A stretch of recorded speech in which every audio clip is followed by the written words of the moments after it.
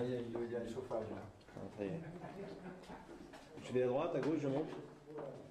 Non, tu montes les premières marches.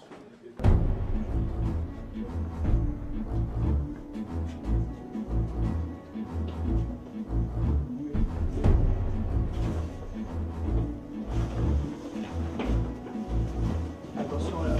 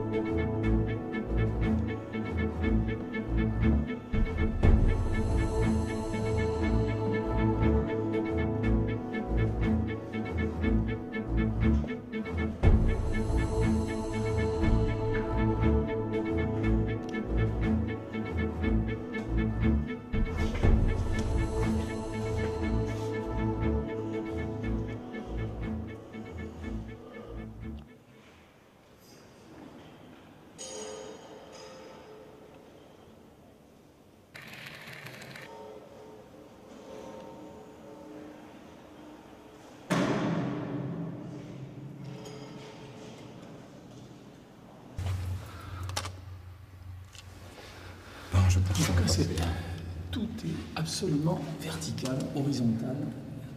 C'est incroyable, c'est magnifique. C'est extraordinaire. Alors on est quand même à 65 mètres d'altitude. Ouais. Il a fallu Au-dessus du niveau de la base. Voilà, c'est ça. Au-dessus du niveau de la base. Alors, ici, on a 5 assises, sauf ici où cette pierre en constitue 2 à elle seule et 9 linteaux. Elle est constituée d'un parallélépipède, c'est-à-dire d'un volume parallèle 2 faces par 2 faces. Et le caractère remarquable, c'est qu'elle n'est pas en calcaire comme le reste de la grande pyramide, c'est du granit. C'est une pierre très dure à travailler. Et on imagine que les linteaux, il y en a 9 qui font le toit, pèsent environ 40 tonnes et voire plus chacun. Ils sont assemblés à quelques millimètres près, aussi bien dans l'orientation nord-sud, est-ouest, etc.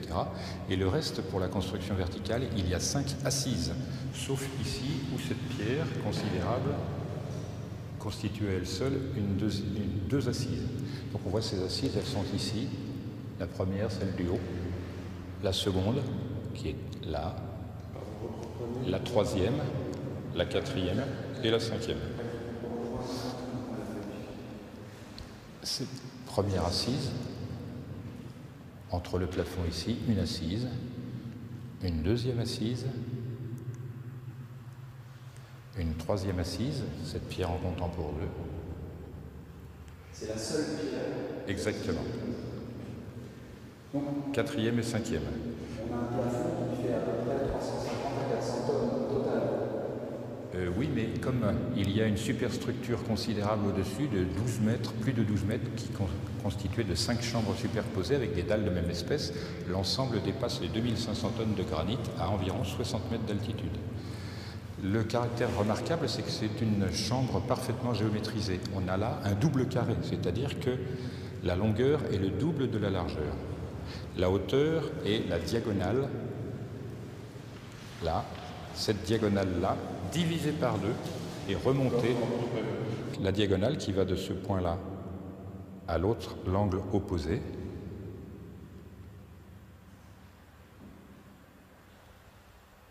Divisée par deux et remontée pour faire la hauteur.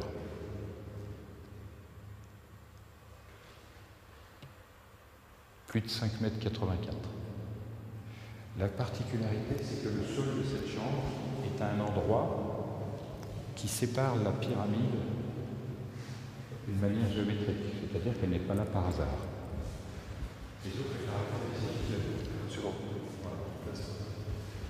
c'est que ce coffre, et non pas un sarcophage, c'est un coffre. Par exemple, les Grecs appellent ça sarcophage, mangeur de chair, alors que les Égyptiens l'appellent nebhank, c'est-à-dire le réceptacle de vie. On imagine que ces dimensions intérieures ne sont pas susceptibles de recevoir un monarque. D'autre part, pour ceux qui connaissent la chambre de Toutankhamon, le volume de la chambre n'aurait pas accueilli les trésors que l'on met au compte des grands rois. Donc ce coffre pose des problèmes de même espèce que la chambre elle-même, c'est-à-dire des problèmes d'abord d'espèce géométrique. Il faut nuancer entre les difficultés de construction, c'est-à-dire comment on fait ça et pourquoi on le fait. Il semble que la géométrie prédomine dans ce choix-là.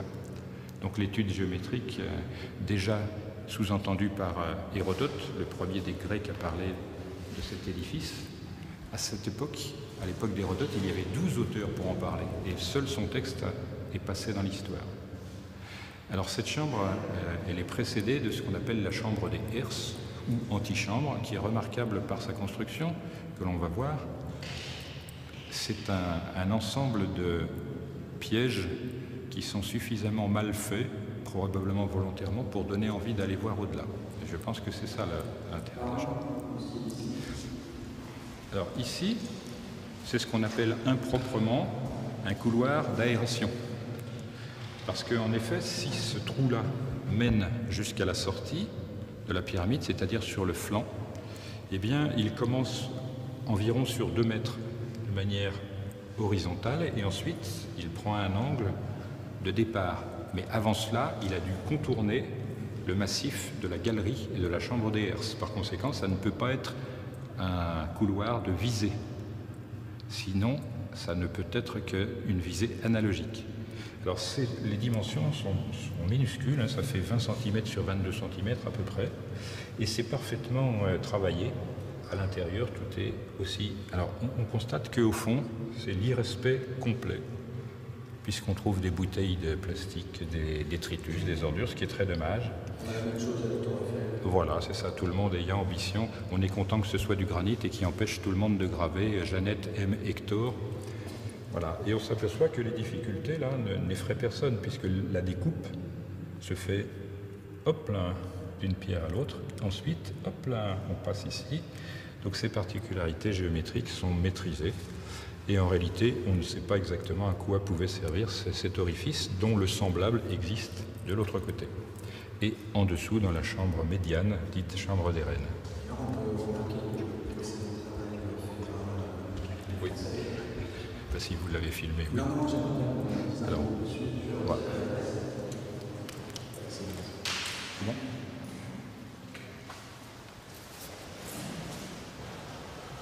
Pour ma part, ce que l'on voit ici, qui est souvent interprété comme une faiblesse dans la conception et la réalisation, j'attribue ces casses qui sont toutes du même côté à un séisme dont la force s'exerçait de manière transversale, ce qui me semble que ce mur est en moins bon état que l'autre, celui qui lui fait face. Ici, toutes ces cassures sont dues à l'adaptation par une équipe française d'un système destiné à aérer la chambre haute qui reçoit 200 personnes par jour avec la chaleur que l'on connaît.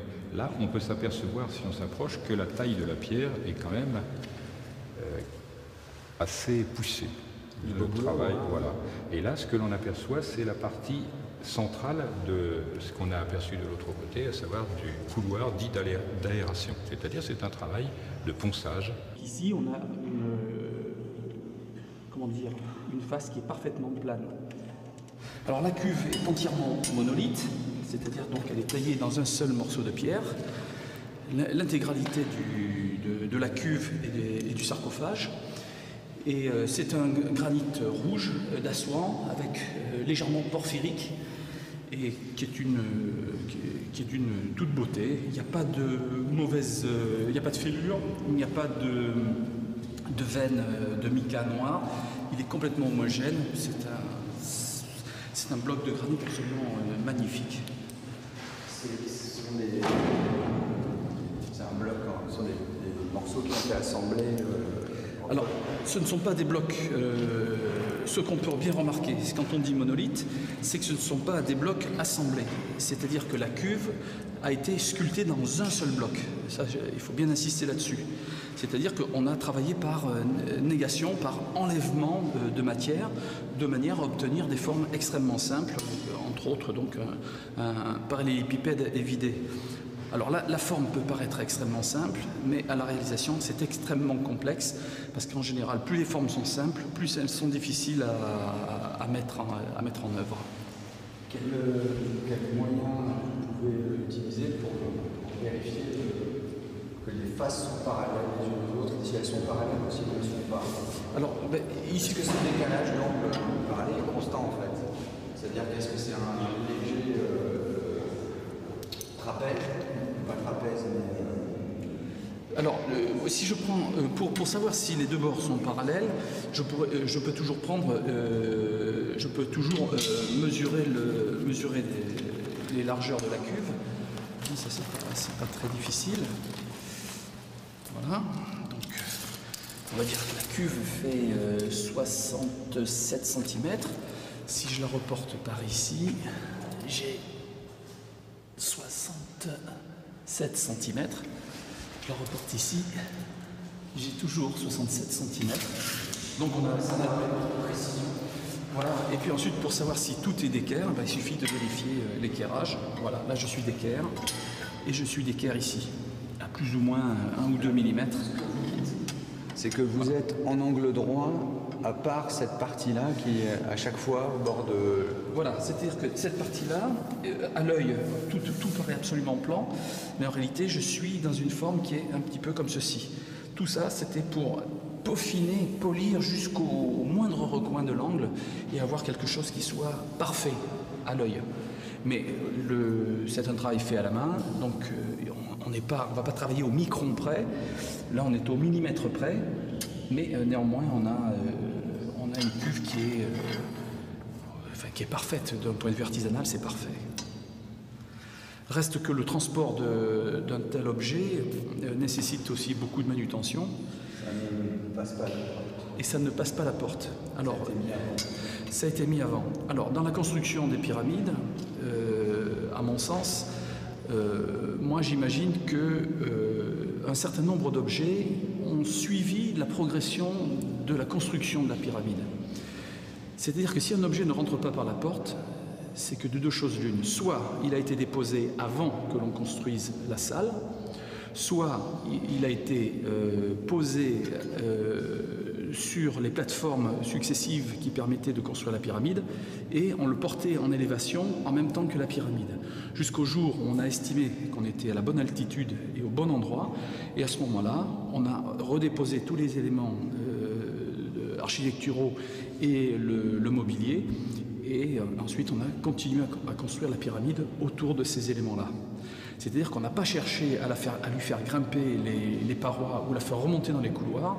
Elle a simplement pris l'ascenseur naturel de la de la construction de la pyramide.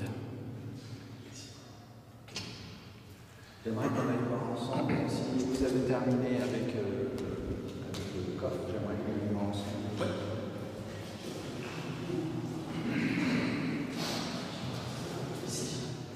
Bon, alors d'après le calcul, avec une densité d'environ 2,30, On essaie d'estimer un peu le poids de la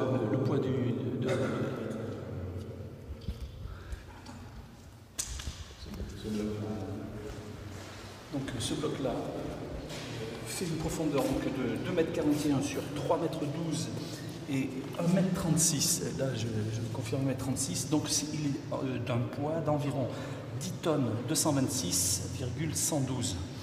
C'est une estimation un petit peu à la louche, mais peu ou prou, on y est. Quoi. 10 tonnes. Plus de 10 tonnes. Ici, la jointure de ce bloc-là est encore plus fine. On a moins d'1 millimètre.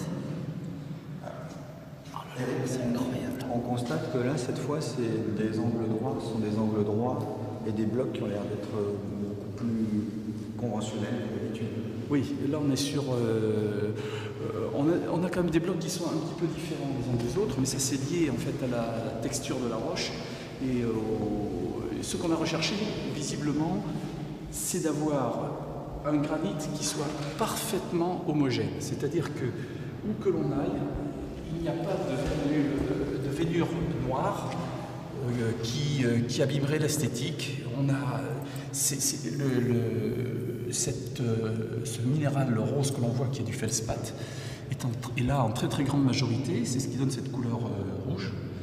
Et comme dans le bois, on va dire, on n'a pas de défaut. Tout est parfaitement homogène. Voilà, là il y a peut-être une petite surabondance ici de mica. C'est là peut-être le seul défaut. Tout le reste est absolument homogène. C'est-à-dire qu'on a un choix de pierre qui est absolument optimisé. Là, la volonté, c'était d'obtenir une perfection et dans le choix de la matière première, ensuite dans la fabrication et ensuite dans l'appareillage. Incroyable. Oui. Donc on a Eric. Oui. On a en fait, ce que je voudrais qu'on remarque, on a un appareillage des pierres qui, lui, cette fois, est fait sur des angles droits et des plans, mais qui n'est pas un appareillage normalisé. Non. Ça a été adapté. Ce qui est normalisé, on va dire, c'est la hauteur. Cette hauteur-là, sur un certain nombre de pierres. Par contre, sur d'autres, comme celle que l'on a mesurée au départ, qui est juste située sur la sortie, la pierre est beaucoup plus haute. La raison est, je ne sais pas laquelle, mais voilà. Ce qui est intéressant de voir ici, par exemple, c'est que l'on voit dans cet angle-là, il y a eu un éclat qui est d'origine, hein, apparemment. Mais l'intérêt, c'est qu'on voit que la pierre qui est ici est glissée derrière cette première pierre. Donc, ça voudrait dire sans doute que cette pierre-là est venue se plaquer contre celle-ci. Puis, pour les pierres qui viennent au-dessus, celle-ci a d'abord été placée en premier, puisqu'on la voit qui s'enfonce là dans le fond, et celle-ci ensuite a été glissée pour venir se fixer contre. À vos pieds? Alors, à mes pieds, bien, visiblement, on a ici un trou qui a été... Donc on voit qu'il y a eu une fouille, c'est du béton. Ça, c'est une plaque de béton. Et visiblement, il y a un trou. C'est du béton? Non, c'est du granit. C'est du granit, c'est pas du béton. Mais ça a été refait, ça. Et ça a été... Oui, ça a été refait. Là, je vois que ça descend à peu près à 60 cm. Grâce au laser, je vois ce qui se passe. Voilà. Et donc là, je ne sais pas exactement ce qui se passe là-dessous. Vous voulez remontrer au laser?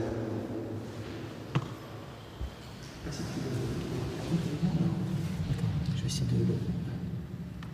Tu l'as là, non? Et là, non? D'accord. Alors, je voudrais qu'on regarde globalement le jointement un peu partout des blocs. Et ensuite, on va passer au bloc. Ouais. Là, tout ça, je peux rien voir. Parce que là, il y a une culotte. Là, il y a un chewing-gum, mais je pense pas que ce soit à l'époque. Et là, on voit vraiment, on est au millimètre. Le laser a même du mal à pénétrer dans la jointure. Ça signifie quoi en termes Et ça veut dire que, d'espace en termes d'espace, le peu qui est ici correspond en fait, là le petit trou correspond à quelques poussières, quelques morceaux ou quelques défauts dans le polissage. Mais c'est ramené, il faut savoir que comme c'est fait à la main et il n'y a pas de scie diamantée, on n'a pas le matériel dont on dispose aujourd'hui, et le laser en particulier pour essayer de rectifier au millimètre ou voire au micron près. Donc ça c'est entièrement fait à la main et les quelques petits défauts sont à l'origine en fait au moment du plaquage des deux pierres entre elles du petit écart qui est ici. Mais compte tenu du travail manuel, cette jointure ultra fine, à la limite n'a même pas, on ne doit même pas la considérer. C'est un pur chef-d'œuvre de travail lapidaire. On pourrait peut-être imaginer que ça a été gratté après. Elles ne sont pas toutes comme ça. Ah. Et si, elles sont toutes comme ça. Ouais. Si. Alors là, il y a eu des enduits. Hein. Je ne sais pas à quelle période ils remontent. Là, c'était déjà. Les pierres justement sans avec un mortier. Non, c'est ce qu'on appelle des pierres sèches. C'est-à-dire qu'il suffit simplement de les ramener les unes contre les autres, de les poser les unes sur les autres. C'est tout. Il n'y a pas besoin de plus. Les joints qui sont là, sont peut-être juste histoire d'essayer d'éviter d'avoir des petits trous et c'est des petits raccords qui peut-être a été peint, j'en sais rien, enfin peu importe, mais à la limite ça n'a aucune valeur, ça ne change rien à l'appareillage.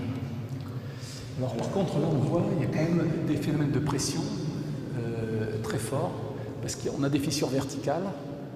Donc dans le maniement des blocs, il y a deux possibilités. Soit dans le maniement du bloc, il y a eu le bloc a été malmené parce que la matière était un petit peu fragilisée, ou bien la pression du mur a finalement fait se casser ce bloc-là.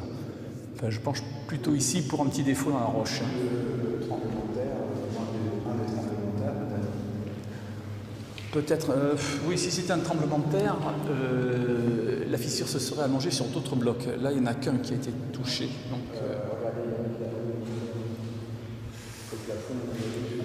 alors, est-ce que ce sont des fissures? Ici, là.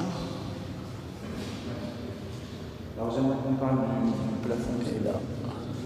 Oui.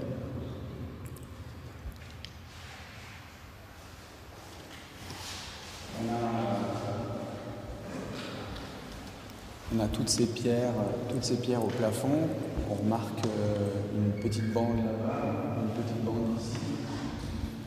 Qui sont symétriques? 7 et 7 morceaux, 7 gros linteaux. Ouais. 7 et probablement même avec les deux autres qui doivent être identiques puisqu'ils couvrent les murs, hein, donc ils viennent s'appuyer dessus. Ça ferait 9 linteaux. 9 linteaux, ça vaudrait le coup de donner une mesure de la longueur des linteaux parce que c'est assez incroyable. Alors, ici, 5 mètres 23. La largeur, c'est pareil, ils ont été estimés, tout cela, autour de 40 tonnes chaque. Ouais. Quasiment tout le monde est d'accord, tous ceux qui ont vérifié. Alors pour grimper, moi je reste sur l'idée de la cuve de tout à l'heure. Ça n'engage que moi hein, à ce niveau-là, mais je pense que tous ces blocs-là sont montés en même temps que la pyramide. Parce que je ne vois pas décemment comment aller des blocs aussi lourds sur une pente aussi raide ou en passant par des couloirs qui sont trop étroits. Alors, permettez-moi de vous interrompre. Si les blocs sont montés en même temps que la pyramide, ça veut dire qu'au moment où on commence le chantier, on sait déjà qu'on va utiliser ça ici. Voilà, donc il y a déjà une forme qui est prédéterminée et un engagement des travaux qui a prévu un certain nombre de cahiers des charges. Et là, les charges sont très lourdes. Et donc, ils ont dû prévoir, parce que ce sont des appareillages extrêmement simples, enfin simples dans leur réalisation finale, et quand on sait la dureté, le poids du granit et surtout le travail qu'il a fallu réalisé pour obtenir le poli qui est ici, à mon avis, ils ont dû pas perdre du temps, mais au fur et à mesure de la construction donc, de la pyramide, les blocs sont montés sur d'autres blocs et ainsi de suite. C'est un travail vraiment de fou, mais je ne vois pas comment autrement ils auraient pu réaliser ça. C'est-à-dire qu'ils sont vraiment partis du sol, ils ont construit les murs, ils ont probablement rempli, le reste a suivi les travaux, et à un moment donné, ils ont tout fait glisser par-dessus, et voilà. En visuel comme ça, vous confirmez que c'est du granit d'Aswan? C'est du granit d'Aswan, il est magnifique. Là, on a des cassures fraîches, enfin plus fraîches que le reste. Et là, on voit bien la couleur, donc avec les feldspaths et les micas qui prédominent sur l'ensemble des autres minéraux accessoires. Et il doit y avoir quelques quartz qui traînent, mais ils ne sont pas en très grand nombre. Donc, on est allé chercher à près de 900 km d'ici. Voilà. Alors sur une fracture comme celle-là, c'est intéressant de voir aussi l'intérieur les parties, les interstices. Hein. Alors si je me réfère à cette face qui est ici, je vois que le polissage n'a pas eu lieu. On n'a pas le même polissage que ce qui est ici. C'est-à-dire qu'on n'a pas perdu son temps à essayer de polir quelque chose qui ne se verrait pas. On a une surface qui est plane, mais qui garde une certaine rugosité.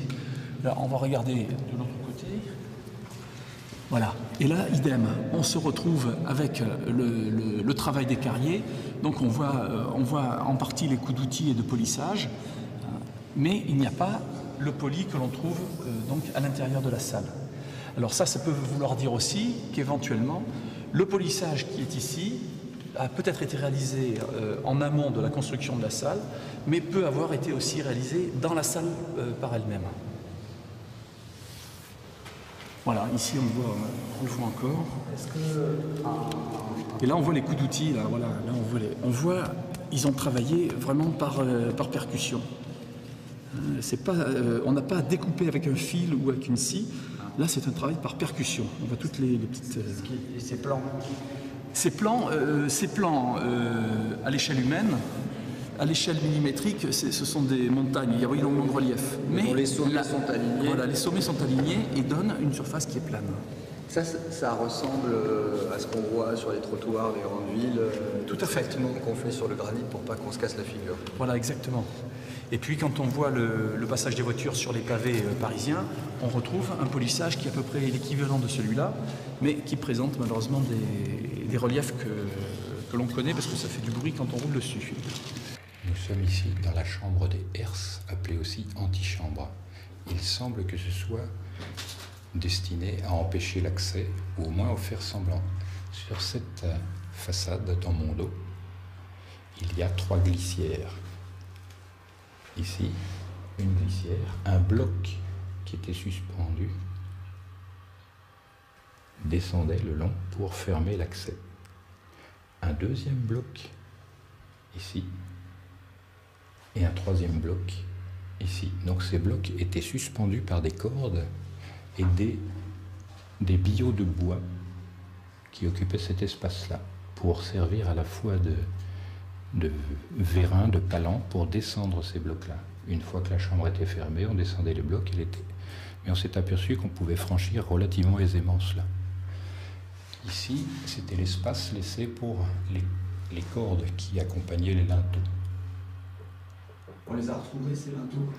Non, tout ça, ce sont des travaux d'hypothèse compte tenu de ce que l'on peut.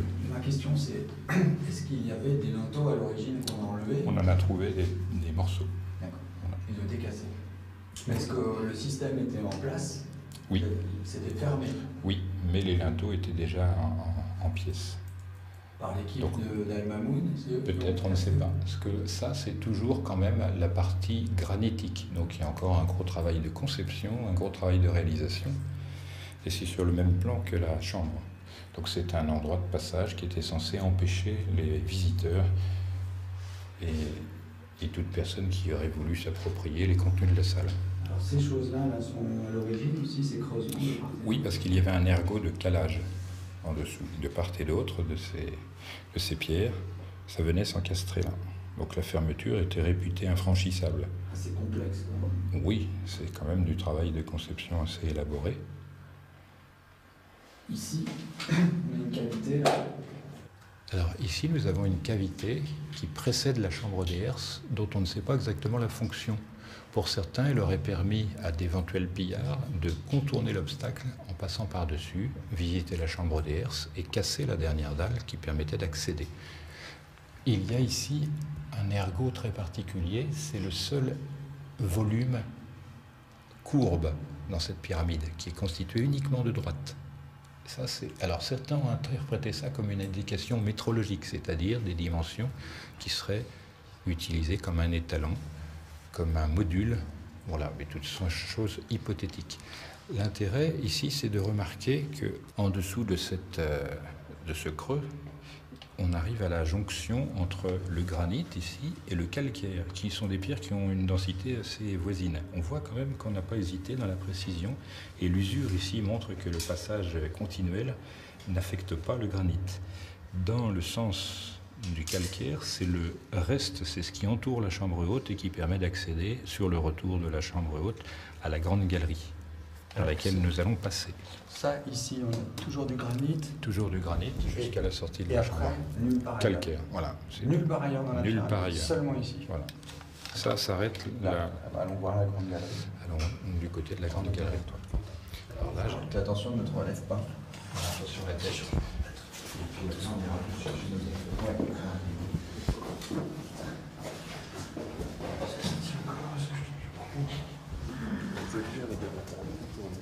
Nous sommes dans la grande galerie. Tout au sommet de cette grande galerie, nous trouvons un trou à 8,50 m d'altitude. Et ce trou permet d'accéder à la superstructure de la chambre haute, qui est dans le prolongement. Et donc, il y a 5 chambres. On voit que la structure est en encorbellement. Ici, nous avons des décrochements successifs qui permettent de... Mais ce qui reste le plus impressionnant, ce n'est pas tant la hauteur. Je rappelle quand même que l'accès est un peu plus d'1,15 m en hauteur, ici, pour 1,4 m de largeur. Ce qui impressionne, c'est surtout la longueur de la chose qui avoisine les 50 mètres. Et cette forme, un peu, on a l'impression qu'il n'y a rien qui est vraiment horizontal ou vertical.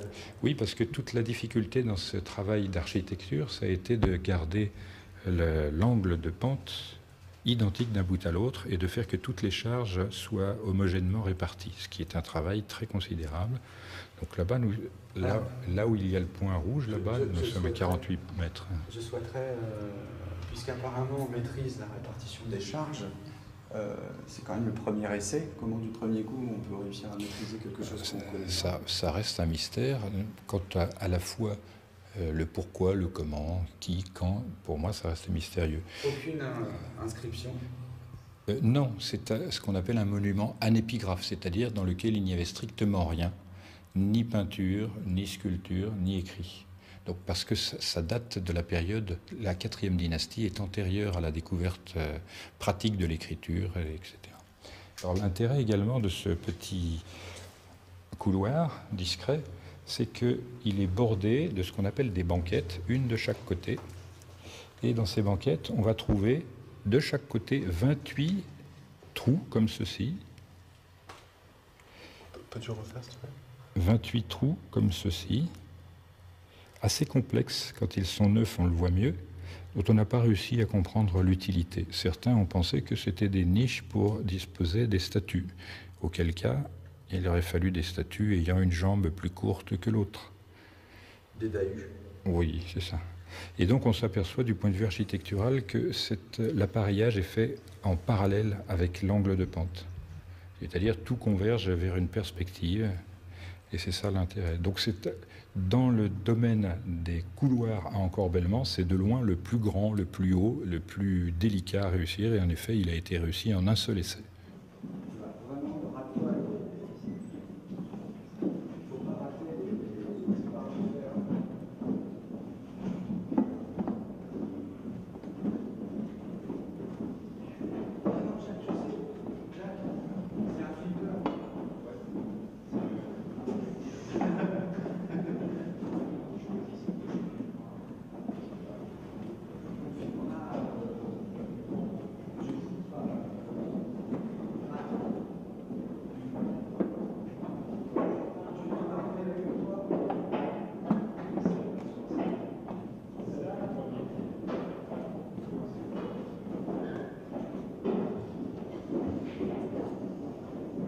qui est intéressant, c'est de voir que tout à l'heure dans la salle de granit, tout était positionné à la verticale.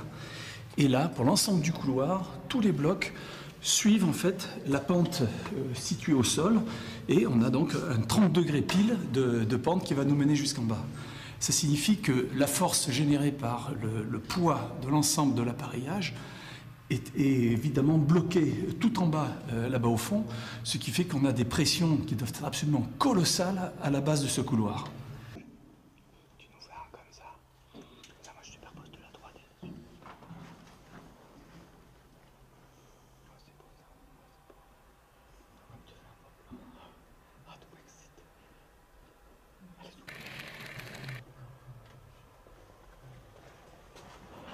Ok, c'est bon.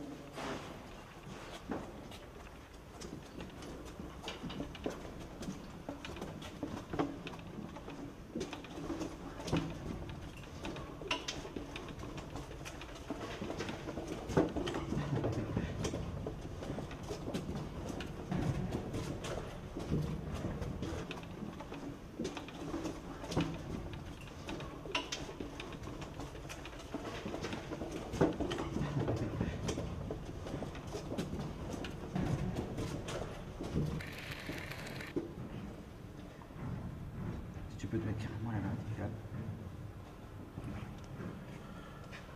Ok, non, tu peux reprendre le draping. Merci. Ah putain, pardon. Reprendre le draping.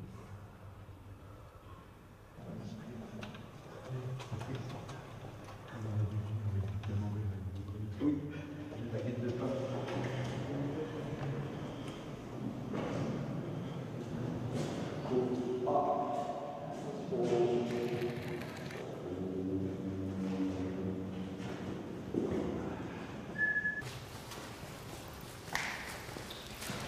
On arrive dans la chambre dite de la reine que j'appelle chambre médiane. Elle est entièrement en calcaire et contrairement à la chambre haute qui a un plafond plat avec des linteaux, là nous sommes en chevron. Elle aussi a des particularités géométriques et ce qui rend son intérêt est aussi la niche ici, dont on prétend qu'elle pouvait servir à abriter une statue monumentale dont on n'a rien retrouvé. Et ici simplement c'est une tentative d'exploration avec un tunnel. C'est un travail qui est fait. Et la niche, là, c'est une tentative d'exploration. Tout le monde, plus ou moins, recherche une chambre secrète, etc. Donc on est en plein mysticisme culturel. Qu'est-ce qu'on a pu cacher là-dedans, puisqu'on n'a trouvé ni cadavre, ni dépouille, ni trésor, rien du tout. On n'en sait pas beaucoup plus. Et donc, celle-là est appelée chambre de la reine parce que traditionnellement, dans le monde arabe, les tombes sont plates de plafond pour les hommes et en chevron pour les femmes. Mais je pense que c'est l'inverse qu'il faudrait considérer, que les Arabes ont pu prendre cet aspect-là pour eux, se l'approprier. Et donc, pour moi, la démonstration en matière de chambre funéraire reste à faire. Voilà. Donc, comme partout, c'est un travail impeccable, l'encorbellement classique.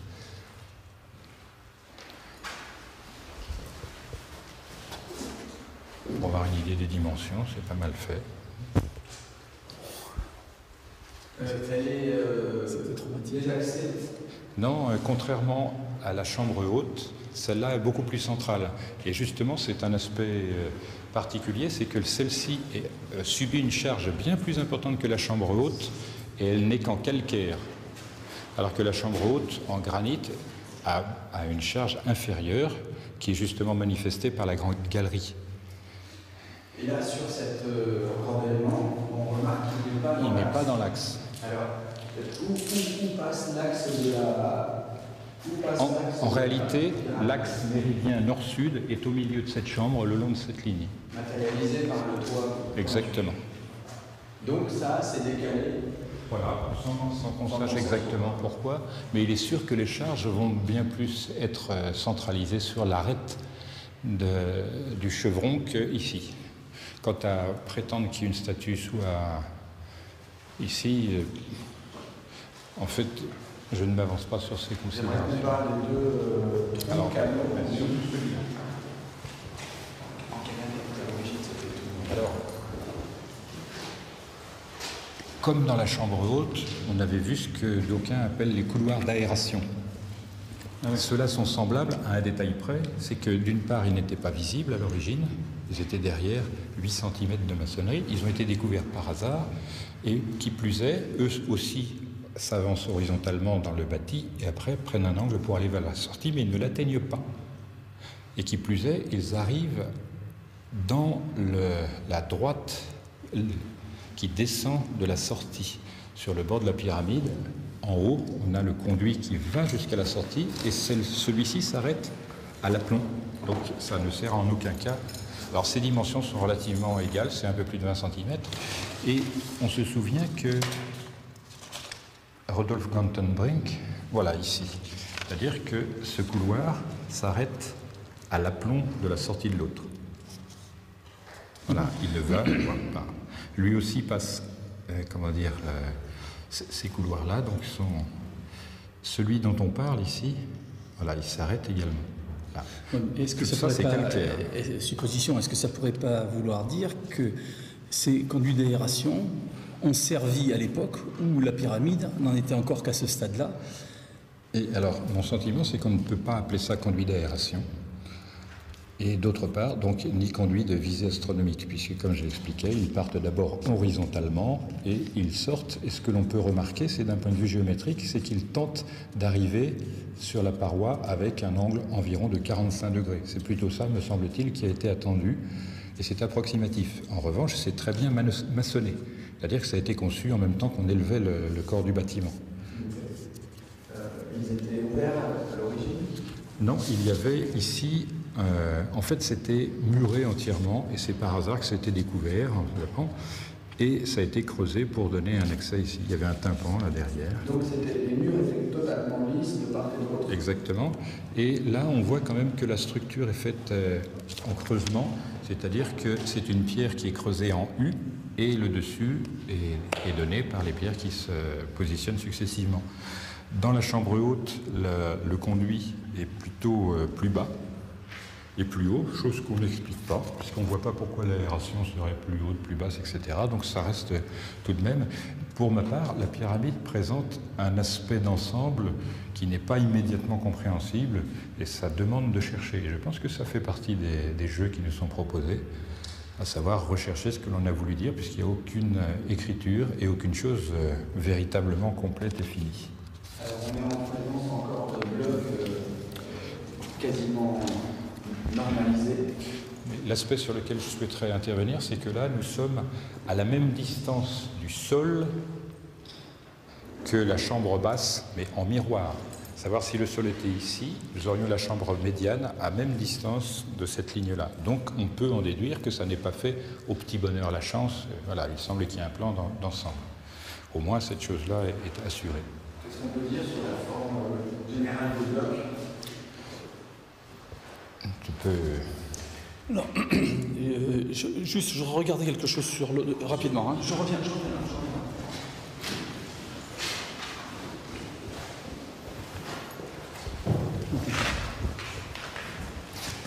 On va supposer que la pyramide ait donc été construite en plusieurs étapes. Il se pourrait, ça, que ce soit effectivement, pour moi, un conduit d'aération. Mais ça n'engage que moi. À savoir que de l'air pouvait effectivement arriver jusqu'ici, compte tenu du nombre d'ouvriers qui travaillaient, il fallait quand même aérer un minimum. Et si ce conduit d'aération a été, obturé, c'est que probablement le calcaire qui est là, et qui doit faire environ 8 cm d'épaisseur, en fait est un plaquage, donc un habillage qui a été fait dans la salle au tout dernier moment. C'est-à-dire que, mais ça aurait été intéressant d'aller voir, à savoir si les pierres du haut viennent s'ajuster contre les dalles qui forment le toit, le plafond de la salle. Auquel cas, effectivement, ces plaques qui seraient là auraient été plaquées au dernier moment. Voilà.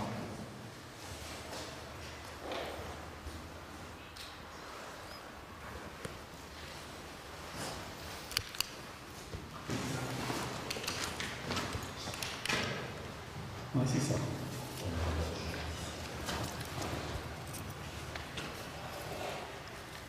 Ah, et le joint, ici on a des joints, la pierre est jointée, on aurait pu imaginer qu'elle a été plaquée comme ceci. Voilà, le joint part comme ça. Cette pierre-là a été posée et n'a pas bougé. Par contre, ici, on a un parement qui est venu se fixer par-dessus. Vous savez faire des joints à l'époque. Hein. Ah oui, c'est clair. C'est clair. Restauration.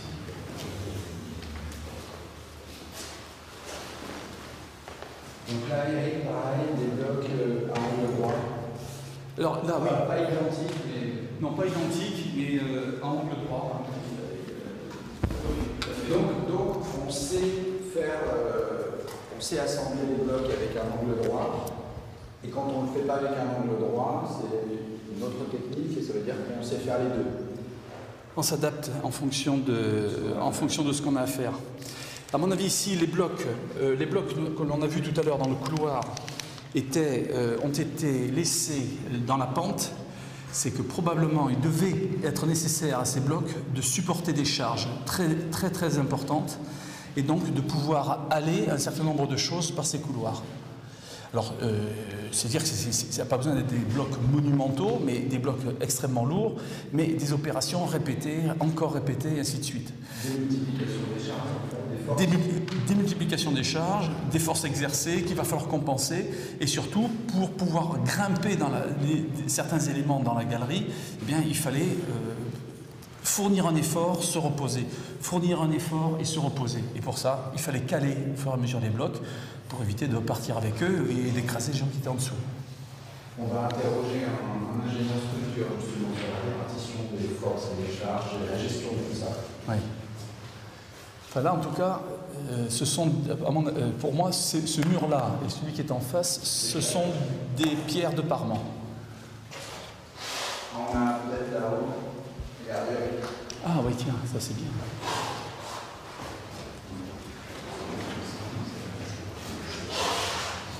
Eh ben non.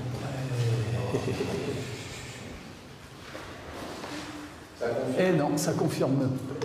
Oui, ça confirme en partie, parce que... non, ça confirme pas du tout. Mince. Non, c'est une grossière erreur. Enfin, pour ce côté-ci, c'est une grossière erreur. Qu'est-ce que c'est que cette histoire? En fait, à moins que ce soit cette pierre-là. Oui. En fait, on a un chevron qui continue comme ça. Voilà, mais ça peut vouloir dire aussi que le plafond est venu après et qu'on l'a déposé sur là-dessus. On a géré les angles aussi de tous les blocs du haut. Ouais. On a géré les angles pour que le bloc vienne. Le chevron descend et dépasse les blocs sur lesquels il est posé. D'accord. C'est une sensation, mais ah oui, mais il y a du béton.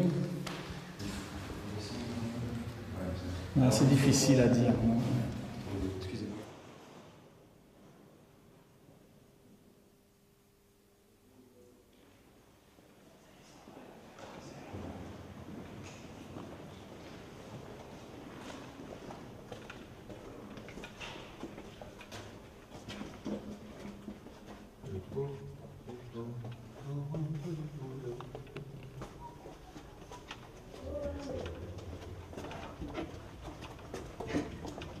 Ça fait bien les cuisses, tu vas voir. Demain matin, attends, quand tu te seras fait la descente de la chambre basse, et dit, alors demain matin, tu vas nous remercier.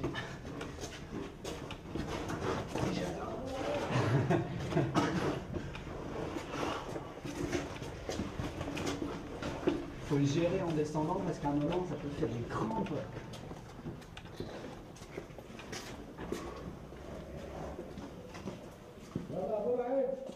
Yes? We just come.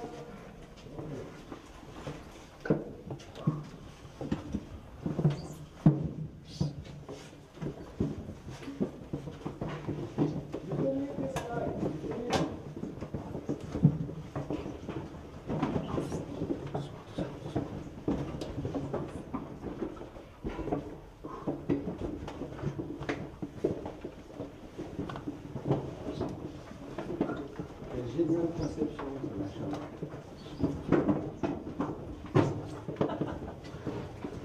Il faut se mettre debout comme ça. Oui, de main glisser. Ah ouais, pas mal. Ouais, mais tu as des freins? C'est des freins à main? Ah,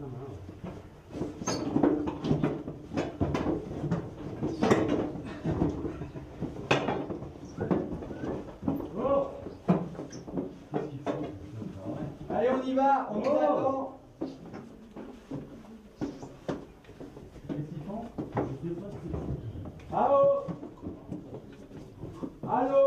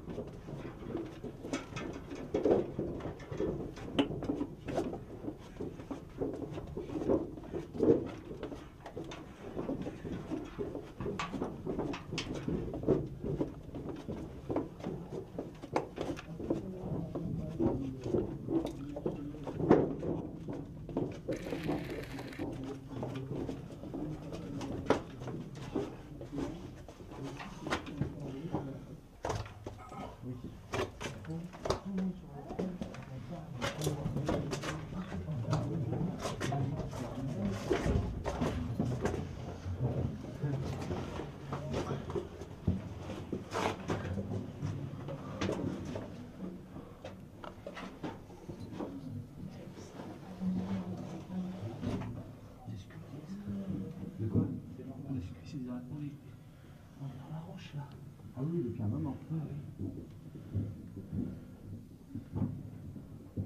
Qu'est-ce qui se passe là?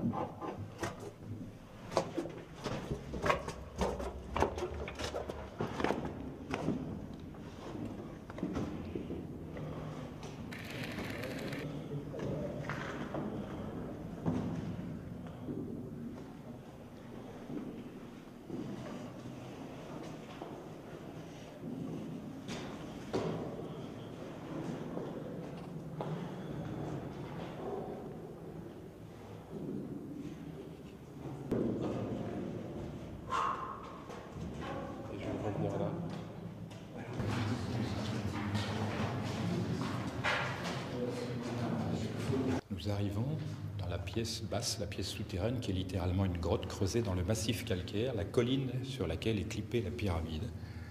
L'accès est tout petit, un peu plus d'1 mètre de côté, très fatigant puisqu'il y a une pente qui excède les 100 mètres. On arrive horizontalement, fort heureusement, et on peut continuer ici, mais ça se perd, c'est-à-dire qu'il n'y a plus rien. Ici, il y a un puits de recherche qui est encombré de gravats, et cette pièce est entièrement sculptée. Elle aussi a des propriétés géométriques curieuses pour ce genre d'endroit, qui, lui, au contraire des 2 chambres médianes et hautes, n'est pas du tout fini. L'aspect le plus fini restant encore le plafond. Là aussi, on se pose les problèmes de savoir comment on calcule une horizontalité là-dedans. Et ça représente une grande salle, bien plus volumineuse que les 2 autres, l'une avec l'autre. On voit que c'est du travail de sculpteur ici et non plus d'architecte. Je rappelle que nous sommes à une profondeur d'environ 30 mètres et que la chambre médiane est, elle, au-dessus du sol à environ 30 mètres. En exactitude, 56 coudées sous le sol pour cette chambre-là, 56 coudées au-dessus du sol pour la chambre médiane. Ce qui est curieux, c'est que ça ressemble au sol de nos cryptes. C'est une crypte à la... Voilà, de même, c'est ça. Voilà. Il semble qu'il y ait 3 enceintes, comme chez les Grecs pour le caractère ternaire, mais ça c'est une affirmation gratuite, invérifiable. C'est le contexte culturel qui peut donner cette idée, mais pas plus, guère plus. On mesure l'effort des ouvriers qui arrivent tous les jours à faire l'aller-retour. Il faut s'aérer et curieusement, là, on ne parle pas de couloir d'aération. Est-ce qu'on peut justement dire quelque chose? Là, on a des lumières, nous, pour s'éclairer, mais comment on éclaire le chantier? Si on constate que le plafond ne porte pas de traces de fumée, on peut rester perplexe. Ni même le couloir, aucune des chambres ne laisse, à part la chambre haute, de traces de suie, mais la chambre haute a été illuminée par des torches parce que des gens y venaient avec de quoi flamber. Et on peut être... comment on peut essayer d'imaginer la chose qui a servi à éclairer? Il y a des produits qui ne remplacent pas de... On sait que l'utilisation de certains produits permettent d'améliorer la vision nocturne, l'habitude, toutes ces choses-là, mais ce sont des conjectures. Il n'y a pas de certitude. C'est là l'intérêt, c'est que ça permet de chercher encore très longtemps. On s'aperçoit, si on regarde dans le détail, qu'il y a des moellons de silex incorporés qui sont taillés probablement par percussion. Une autre question, dans un volume comme celui-là, aussi profond sous la terre et pas alimenté en air, quand les gens travaillent, combien de temps il faut pour épuiser et comment c'est possible de ramener de l'oxygène ici? On ne sait pas. Peut-être avec des palmes, des palmes, c'est très difficile à dire. Mais ça représente un exploit technique et humain, parce qu'en effet, c'est un très gros travail, un travail de titan. Et on a l'impression que cette chambre a été abandonnée en cours d'élaboration, sans qu'on sache exactement pour quelle raison. D'après certains, on a trouvé qu'elle ne convenait pas à l'usage, donc on l'a abandonnée. Et pour une fois dans l'Égypte ancienne, on est passé d'une chambre enterrée à une chambre dans le corps même de la pyramide, c'est-à-dire dans la construction. Il se pourrait d'ailleurs à ce sujet que la chambre médiane soit posée au sommet de la colline. Et en descendant, on passe d'une maçonnerie à une sculpture directement creusée. Et les angles sont tellement parfaitement alignés qu'on ne voit pas la différence si on n'est pas attentif au fait que d'un côté, nous descendons, il y a des pierres qui sont assemblées et ça s'arrête pour passer à une pierre alissée pour lisse, donc jusqu'à cet endroit. Alors ici, il y a beaucoup de fantasmes, puisque tout le monde pensait pouvoir aller jusqu'au Nil ou au souterrain par des voies... c'est purement hypothétique tout cela.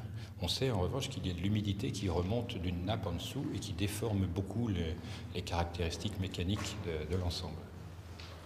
Eric, vous avez quelque chose à... Bon, les carriers sont arrivés donc par cette entrée et ils ont commencé à débiter le calcaire à partir de là et ils ont créé cette première salle.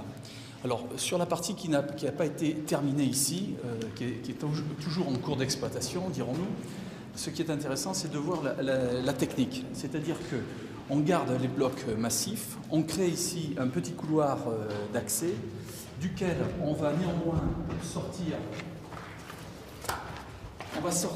débiter, subdiviser avec 2 petits couloirs qui vont permettre, en les descendant jusqu'à ce niveau-là, par exemple, de sortir des pierres qui pourront servir à la construction. Ça, c'est pour les petites pierres. Une fois qu'on a ce couloir, à ce moment-là, on va créer un sous-chevage, c'est-à-dire qu'on va creuser une partie inférieure qui sera ici, qui va passer en dessous du bloc, et ensuite on fera tomber le bloc après l'avoir découpé par l'arrière. Et une fois que ce bloc sera découpé, il faudra le sortir par le couloir qui est là-bas, et à ce moment-là, il servira à quelque chose. Donc ici, on a une double utilisation, c'est-à-dire qu'on a à la fois une carrière et à la fois une salle dans laquelle on pouvait éventuellement qu'on pouvait utiliser pour ce qu'on veut. Voilà. Alors c'est du calcaire lutétien. Le calcaire lutétien, je le rappelle, c'est une roche sédimentaire dont le stratotype, c'est-à-dire la roche de référence, se trouve à Lutèce, ancien nom de la ville de Paris. C'est-à-dire que nous avons ici donc une correspondance franco-égyptienne, ou le contraire, et qui nous tient par cette relation entre le calcaire lutétien d'ici et la pierre de Paris, qui est exactement identique. Il y a quelque chose d'autre à ajouter? On peut remonter, on va les voir ailleurs. Alors, tiens,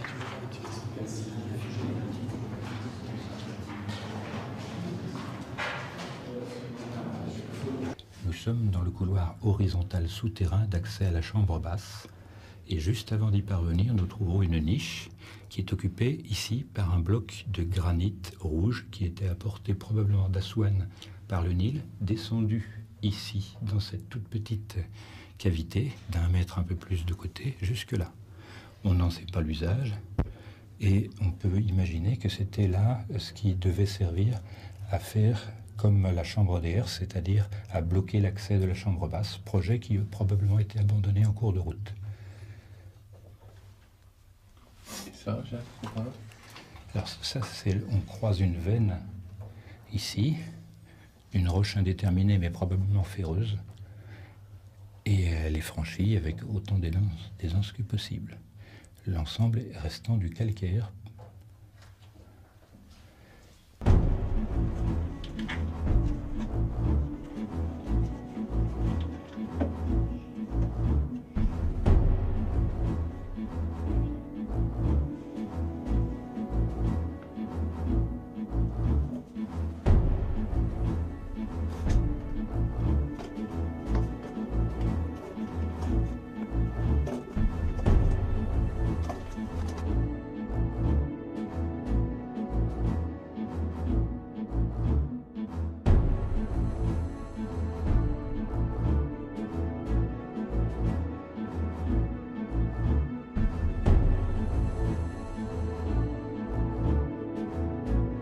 Petite pause.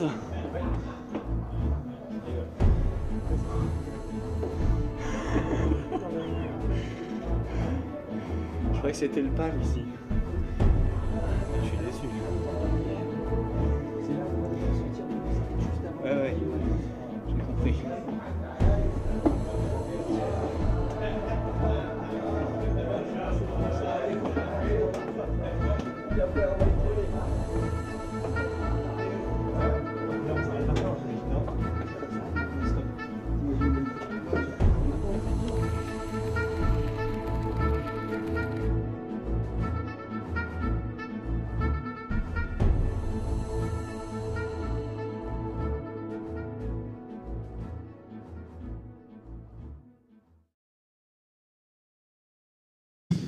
Voilà, le joint part comme ça. Cette pierre-là a été posée et n'a pas bougé. Par contre, ici, on a un parement qui est venu se fixer par-dessus.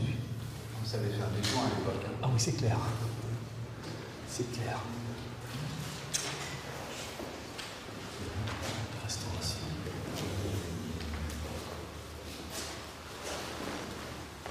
Donc là, Eric, pareil, des blocs à angle droit.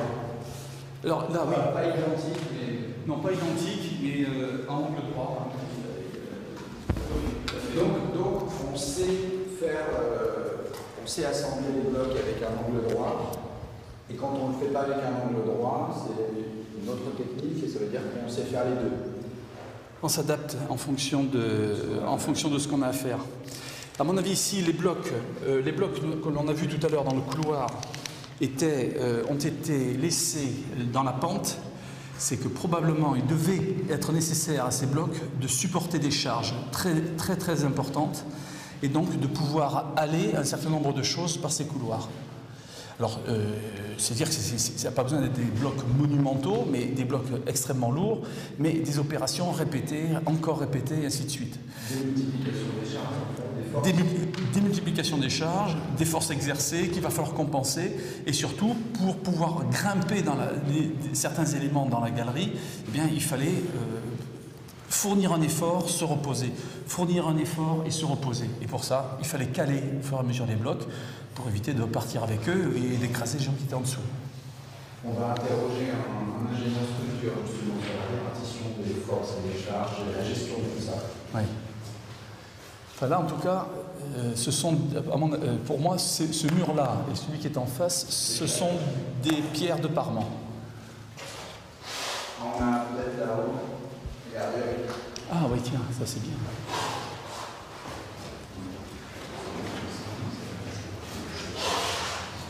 Eh ben non.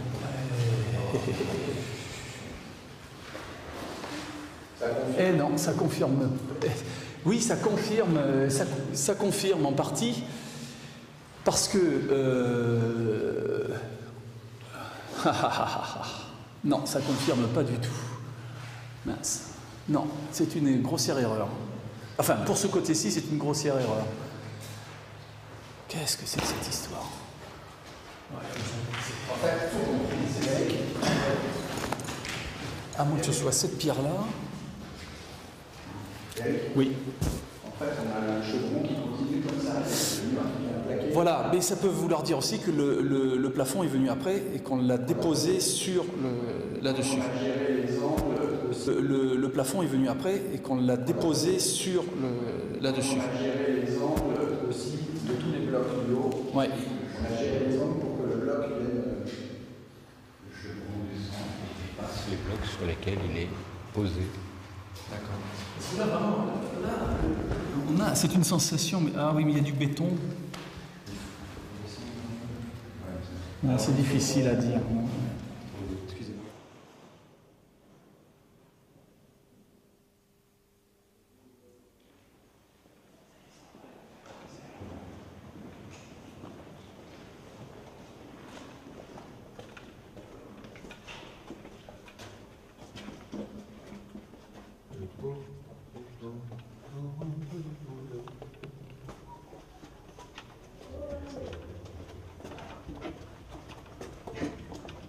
Ça fait bien les cuisses, tu vas voir. Demain matin, attends, quand tu te seras fait la descente de la chambre basse, c'est dit, alors demain matin, tu vas nous remercier.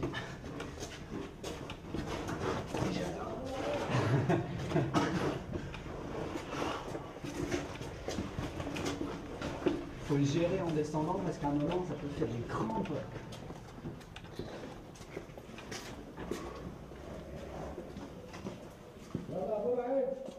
Yes? We just come.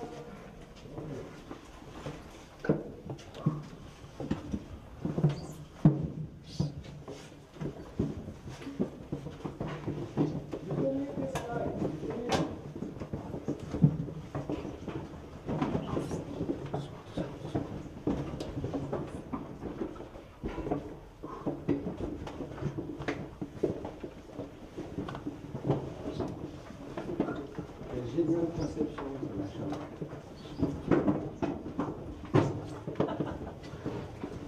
Il faut se mettre debout comme ça. Oui, de main glisser.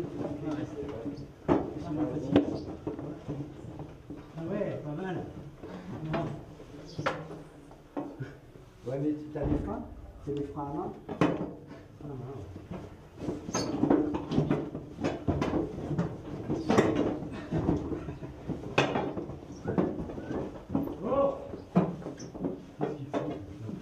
Ah, allez, on y va, on nous attend. Qu'est-ce qu'ils font? Allô? Allô?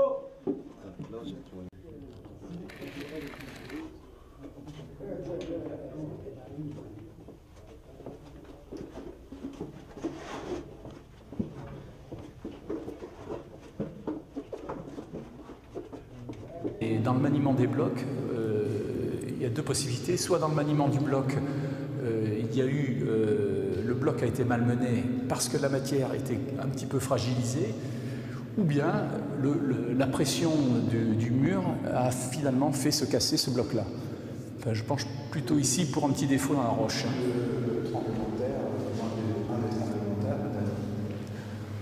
Peut-être, oui, si c'était un tremblement de terre, la fissure se serait allongée sur d'autres blocs. Là, il n'y en a qu'un qui a été touché. Donc, alors, est-ce que ce sont des fissures? Ici, là. Alors j'aimerais qu'on parle du plafond qui est là. Oui.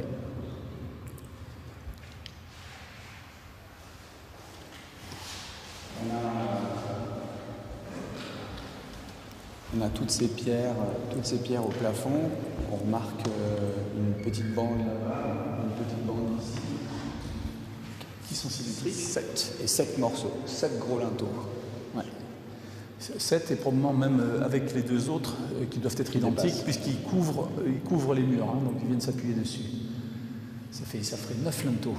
9 linteaux, ça vaudrait le coup de donner une mesure de la longueur des linteaux parce que c'est assez incroyable. Alors, ici, 5 mètres 23. La largeur, je ne sais pas, ils ont été estimés, tout cela, autour de 40 tonnes chaque. Ouais. Quasiment tout le monde est d'accord, tous ceux qui ont vérifié. Alors pour grimper, moi je reste sur l'idée de la cuve de tout à l'heure. Ça n'engage que moi hein, à ce niveau-là, mais je pense que tous ces blocs-là sont montés en même temps que la pyramide. Parce que je ne vois pas décemment comment aller des blocs aussi lourds sur une pente aussi raide ou en passant par des couloirs qui sont trop étroits. Alors, permettez-moi de vous interrompre.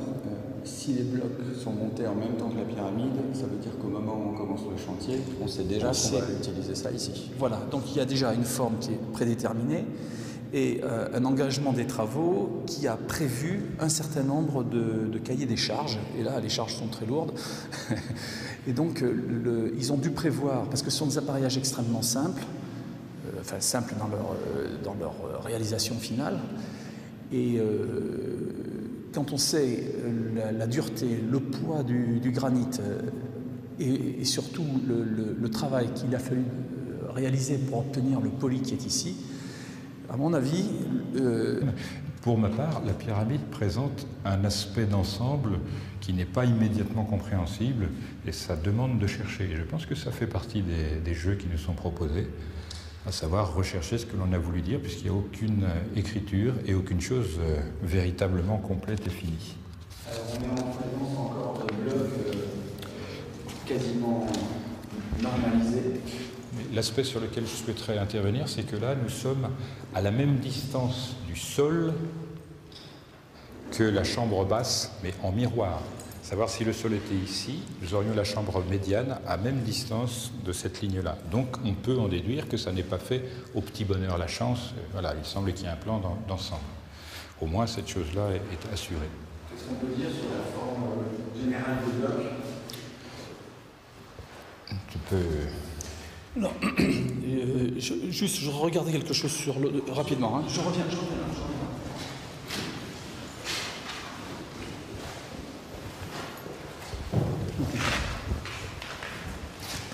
On va supposer que la pyramide ait donc été construite en plusieurs étapes. Il se pourrait, ça, que ce soit effectivement, pour moi, un conduit d'aération. Mais ça n'engage que moi. À savoir que de l'air pouvait effectivement arriver jusqu'ici, compte tenu du nombre d'ouvriers qui travaillaient, il fallait quand même aérer un minimum. Et si ce conduit d'aération a été, obturé, c'est que probablement le calcaire qui est là, et qui doit faire environ 8 cm d'épaisseur, en fait est un plaquage, donc un habillage qui a été fait dans la salle au tout dernier moment.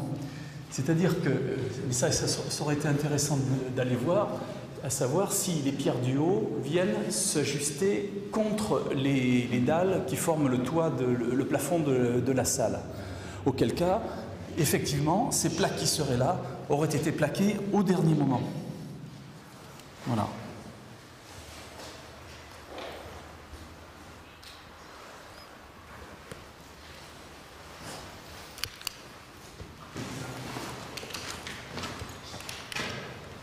Ouais, c'est ça.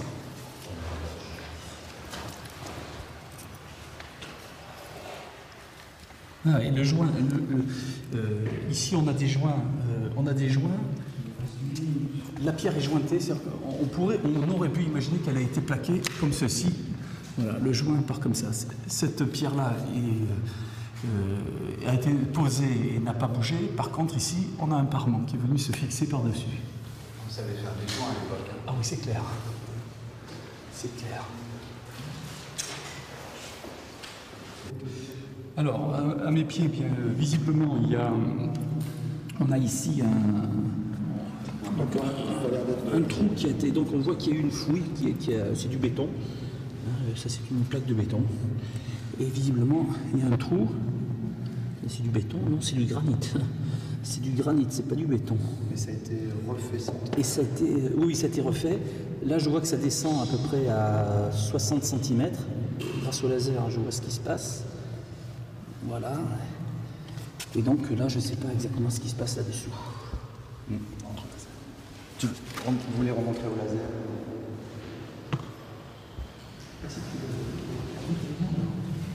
Je vais essayer de... Tu l'as là, non? Et là? Non? D'accord.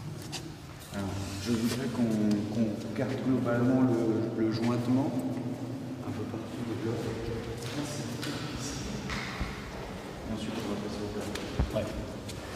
Là, tout ça, je peux rien voir. Parce que là, il y a une pelote. Là, il y a un chewing-gum, mais je pense pas que ce soit à l'époque. Et là, on voit vraiment, on est au millimètre. Le laser a même du mal à pénétrer dans la jointure. Ça signifie quoi en termes Et ça veut dire que, en termes d'espace, le peu qui est ici correspond en fait, là, le petit trou correspond à quelques poussières, quelques morceaux ou quelques défauts dans le polissage. Mais c'est ramené, il faut savoir que comme c'est fait à la main et il n'y a pas de scie diamantée, on n'a pas le matériel dont on dispose aujourd'hui, et le laser en particulier pour essayer de rectifier au millimètre ou voire au micron près. Donc ça, c'est entièrement fait à la main. Et les quelques petits défauts sont à l'origine, en fait, au moment du plaquage des deux pierres entre elles, du petit écart qui est ici. Mais compte tenu du travail manuel, cette jointure ultra fine, à la limite, n'a même pas, on ne doit même pas la considérer. C'est un pur chef-d'œuvre de travail lapidaire. On pourrait peut-être imaginer que ça a été gratté après. Elles ne sont pas toutes comme ça. Et si, elles sont toutes comme ça. Ouais. Si. Alors là, il y a eu des enduits. Hein. Je ne sais pas à quelle période ils remontent. Là, c'était déjà. Les pierres justement sans avec un mortier. Non, c'est ce qu'on appelle des pierres sèches. C'est-à-dire qu'il suffit simplement de les ramener les unes contre les autres, de les poser les unes sur les autres. C'est tout. Il n'y a pas besoin de plus. Les joints qui sont là, sont peut-être juste histoire d'essayer d'éviter d'avoir des petits trous et c'est des petits rats. N'engage que moi à ce niveau-là, mais je pense que tous ces blocs-là sont montés en même temps que la pyramide. Parce que je ne vois pas décemment comment aller des blocs aussi lourds sur une pente aussi raide ou en passant par des couloirs qui sont trop étroits. Permettez-moi de vous interrompre. Si les blocs sont montés en même temps que la pyramide, ça veut dire qu'au moment où on commence le chantier, on sait déjà qu'on va utiliser ça ici. Voilà, donc il y a déjà une forme qui est prédéterminée et un engagement des travaux qui a prévu un certain nombre de cahiers des charges. Et là, les charges sont très lourdes. Et donc, ils ont dû prévoir, parce que ce sont des appareillages extrêmement simples, simples dans leur réalisation finale. Et quand on sait la dureté, le poids du granit et surtout le travail qu'il a fallu réaliser pour obtenir le poli qui est ici, à mon avis, ils ont dû pas perdre du temps, mais au fur et à mesure de la construction donc, de la pyramide, les blocs sont montés sur d'autres blocs et ainsi de suite. C'est un travail vraiment de fou, mais je ne vois pas comment autrement ils auraient pu réaliser ça. C'est-à-dire qu'ils sont vraiment partis du sol. Ils ont construit les murs, ils ont probablement rempli, le reste a suivi les travaux, et à un moment donné, ils ont tout fait glisser par-dessus, et voilà. En visuel comme ça, vous confirmez que c'est du granit d'Aswan? C'est du granit d'Aswan, il est magnifique. Là, on a des cassures fraîches, enfin plus fraîches que le reste. Et là, on voit bien la couleur, donc avec les feldspaths et les micas qui prédominent sur l'ensemble des autres minéraux accessoires. Et il doit y avoir quelques quartz qui traînent, mais ils ne sont pas en très grand nombre. Donc, on est allé les chercher à près de 900 km d'ici. Voilà. Alors sur une fracture comme celle-là, c'est intéressant de voir aussi l'intérieur les parties, les interstices. Hein. Alors si je me réfère à cette face qui est ici, je vois que le polissage n'a pas eu lieu. On n'a pas le même polissage que ce qui est ici. C'est-à-dire qu'on n'a pas perdu son temps à essayer de polir quelque chose qui ne se verrait pas. On a une surface qui est plane, mais qui garde une certaine rugosité. Là, on va regarder de l'autre côté. Voilà. Et là, idem, on se retrouve avec le travail des carriers. Donc on voit en partie les coups d'outils et de polissage, mais il n'y a pas le poli que l'on trouve donc à l'intérieur de la salle. Alors ça peut vouloir dire aussi qu'éventuellement, le polissage qui est ici a peut-être été réalisé en amont de la construction de la salle, mais peut avoir été aussi réalisé dans la salle par elle-même. Voilà, ici on le voit encore. Est-ce que... Pareil impeccable, l'encorbellement classique.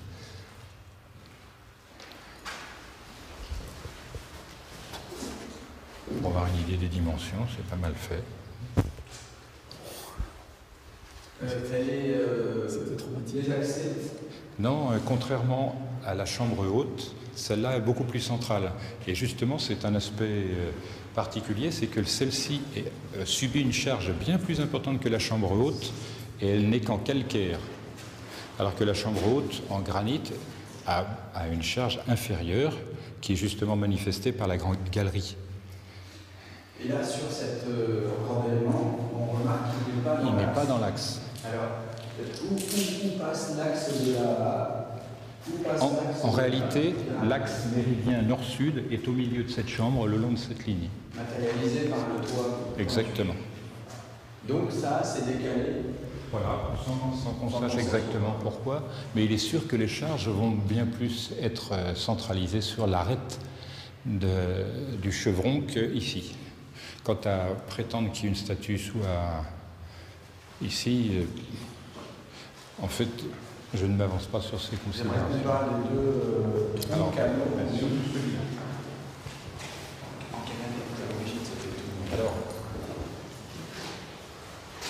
comme dans la chambre haute, on avait vu ce que d'aucuns appellent les couloirs d'aération. Ceux-là sont semblables à un détail près, c'est que d'une part, ils n'étaient pas visibles à l'origine, ils étaient derrière 8 cm de maçonnerie, ils ont été découverts par hasard, et qui plus est, eux aussi s'avancent horizontalement dans le bâti, et après prennent un angle pour aller vers la sortie, mais ils ne l'atteignent pas. Et qui plus est, ils arrivent dans la droite qui descend de la sortie. Sur le bord de la pyramide, en haut, on a le conduit qui va jusqu'à la sortie et celui-ci s'arrête à l'aplomb. Donc ça ne sert en aucun cas. Alors ces dimensions sont relativement égales, c'est un peu plus de 20 cm. Et on se souvient que Rudolf Gantenbrink, voilà ici, c'est-à-dire que ce couloir s'arrête à l'aplomb de la sortie de l'autre. Voilà, il le va. Lui aussi passe, ces couloirs-là, donc sont celui dont on parle ici, voilà, il s'arrête également. Là. Est-ce que ça c'est calcaire. Supposition, est-ce que ça pourrait pas vouloir dire que ces conduits d'aération ont servi à l'époque où la pyramide n'en était encore qu'à ce stade-là? Et alors, mon sentiment, c'est qu'on ne peut pas appeler ça conduit d'aération. Et d'autre part, donc, ni conduit de visée astronomique, puisque, comme je l'expliquais, ils partent d'abord horizontalement et ils sortent. Et ce que l'on peut remarquer, c'est d'un point de vue géométrique. À supposer que la pyramide ait donc été construite en plusieurs étapes, il se pourrait, ça, que ce soit effectivement, pour moi, un conduit d'aération. Mais ça n'engage que moi. À savoir que de l'air pouvait effectivement arriver jusqu'ici, compte tenu du nombre d'ouvriers qui travaillaient, il fallait quand même aérer un minimum.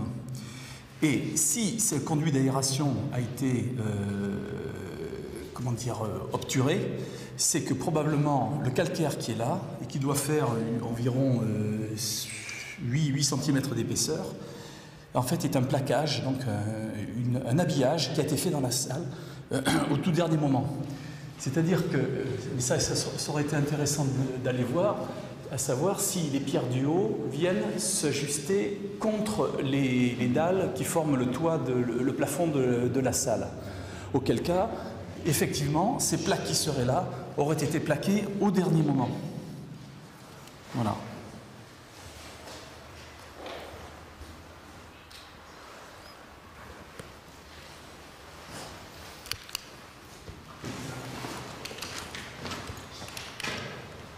Ouais, c'est ça.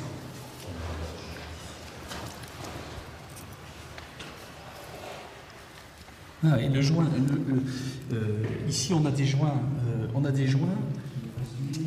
la pierre est jointée, on aurait pu imaginer qu'elle a été plaquée comme ceci. Voilà, le joint part comme ça. Cette pierre-là a été posée et n'a pas bougé. Par contre, ici, on a un parement qui est venu se fixer par-dessus. Vous savez faire des joints à l'époque. Hein. Ah oui, c'est clair. C'est clair.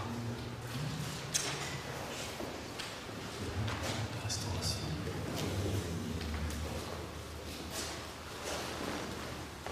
Donc là, Eric, pareil, des blocs à angle droit. Alors là, oui. Pas identique, mais... Non, pas identique, mais à angle droit. Donc on sait faire, on sait assembler les blocs avec un angle droit. Et quand on ne le fait pas avec un angle droit, c'est une autre technique, et ça veut dire qu'on sait faire les deux. On s'adapte en fonction de ce qu'on a à faire. À mon avis, ici, les blocs que l'on a vus tout à l'heure dans le couloir ont été laissés dans la pente. C'est que probablement il devait être nécessaire à ces blocs de supporter des charges très importantes et donc de pouvoir aller un certain nombre de choses par ces couloirs. Alors, c'est-à-dire que ça n'a pas besoin d'être des blocs monumentaux, mais des blocs extrêmement lourds, mais des opérations répétées, encore répétées, et ainsi de suite. Démultiplication des charges, des forces exercées qu'il va falloir compenser, et surtout pour pouvoir grimper dans... Non, je regardais quelque chose rapidement. Hein. Je reviens.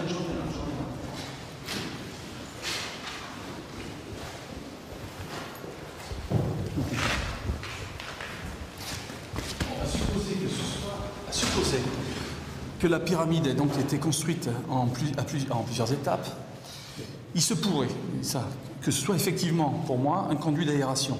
Mais ça n'engage que moi. À savoir que de l'air pouvait effectivement arriver jusqu'ici, compte tenu du nombre d'ouvriers qui travaillaient, il fallait quand même aérer un minimum. Et si ce conduit d'aération a été obturé, c'est que probablement le calcaire qui est là, et qui doit faire environ 8 cm d'épaisseur, en fait est un plaquage, donc un habillage qui a été fait dans la salle au tout dernier moment. C'est-à-dire que, ça aurait été intéressant d'aller voir, à savoir si les pierres du haut viennent s'ajuster contre les dalles qui forment le toit, le plafond de la salle. Auquel cas, effectivement, ces plaques qui seraient là auraient été plaquées au dernier moment. Voilà.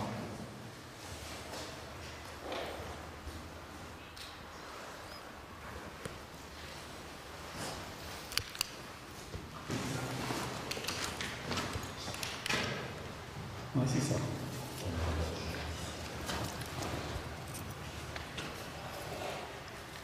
Ah, et le joint, ici on a des joints, la pierre est jointée, on aurait pu imaginer qu'elle a été plaquée comme ceci. Voilà, le joint part comme ça. Cette pierre-là a été posée et n'a pas bougé. Par contre, ici, on a un parement qui est venu se fixer par-dessus. Vous savez faire des joints à l'époque. Hein. Ah oui, c'est clair. C'est clair.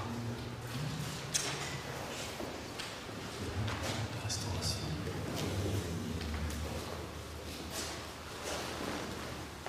Donc là, Eric, pareil, des blocs à angle droit. Alors là, oui. Pas identique, mais... Non, pas identique, mais à angle droit. Donc on sait faire, on sait assembler les blocs avec un angle droit, et quand on ne le fait pas avec un angle droit, c'est une autre technique, et ça veut dire qu'on sait faire les deux. On s'adapte en fonction de ce qu'on a à faire. À mon avis, ici, les blocs que l'on a vus tout à l'heure dans le couloir ont été laissés dans la pente.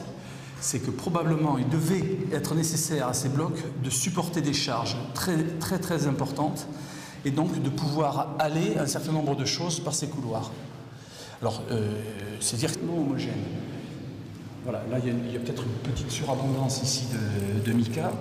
C'est là peut-être le seul défaut. Tout le reste est absolument homogène. C'est-à-dire qu'on a un choix de pierre qui est absolument optimisé. Là, la volonté, c'était d'obtenir une perfection et dans le choix de la matière première, ensuite dans la fabrication et ensuite dans l'appareillage. Incroyable. Oui. Donc on a, Eric, oui.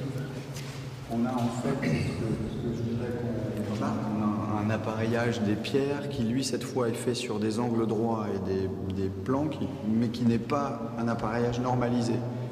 Non. Ça a été adapté. Ce qui est normalisé, on va dire, c'est la hauteur.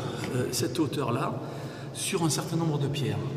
Par contre, sur d'autres, comme celle que l'on a mesurée au départ, qui est juste située sur la sortie, la pierre est beaucoup plus haute. La raison est, je ne sais pas laquelle, mais voilà. Ce qui est intéressant de voir ici, par exemple, c'est que l'on voit dans cet angle-là, il y a eu un éclat qui est d'origine, apparemment. Mais l'intérêt, c'est qu'on voit que la pierre qui est ici est glissée derrière cette première pierre. Donc, ça voudrait dire sans doute que cette pierre-là est venue se plaquer contre celle-ci. Puis, pour les pierres qui viennent au-dessus, celle-ci a d'abord été placée en premier, puisqu'on la voit qui s'enfonce là dans le fond, et celle-ci ensuite a été glissée pour venir se fixer contre. À vos pieds? Alors, à mes pieds, bien, visiblement, on a ici un trou qui a été. Donc, on voit qu'il y a eu une fouille, c'est du béton. Ça, c'est une plaque de béton. Et visiblement, il y a un trou. C'est du béton? Non, c'est du granit. C'est du granit, c'est pas du béton. Mais ça a été refait, ça? Et ça a été, oui, ça a été refait. Là, je vois que ça descend à peu près à 60 cm. Grâce au laser, je vois ce qui se passe. Voilà. Et donc là, je ne sais pas exactement ce qui se passe là-dessous. Vous voulez remontrer au laser?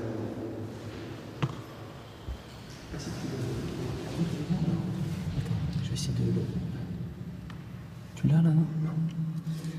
Et là, non? D'accord. Alors, je voudrais qu'on regarde globalement le jointement un peu partout des blocs.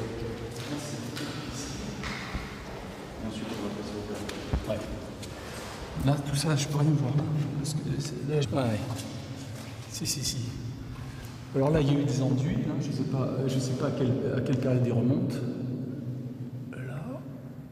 Là, c'était léger. Les pierres, justement, sans avec un mortier. Non, c'est ce qu'on appelle des pierres sèches. C'est-à-dire qu'il suffit simplement de les ramener les unes contre les autres, de les poser les unes sur les autres, c'est tout. Il n'y a pas besoin de plus. Les joints qui sont là, sont peut-être juste histoire d'essayer d'éviter d'avoir des petits trous, c'est des petits raccords, qui peut-être a été peint, j'en sais rien, enfin peu importe, mais à la limite ça n'a aucune valeur, ça ne change rien à l'appareillage. Alors par contre là on voit, il y a quand même des phénomènes de pression très forts, parce qu'on a des fissures verticales, donc dans le maniement des blocs, il y a deux possibilités. Soit dans le maniement du bloc, le bloc a été malmené parce que la matière était un petit peu fragilisée, ou bien la pression du mur a finalement fait se casser ce bloc-là. Enfin, je penche plutôt ici pour un petit défaut dans la roche. Le tremblement de terre, un des tremblements de terre, peut-être. Oui, si c'était un tremblement de terre, la fissure se serait allongée sur d'autres blocs. Là, il n'y en a qu'un qui a été touché. Donc,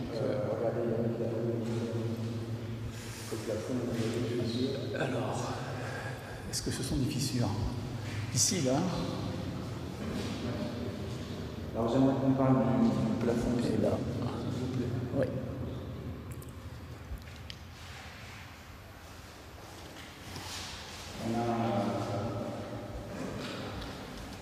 On a toutes ces pierres au plafond.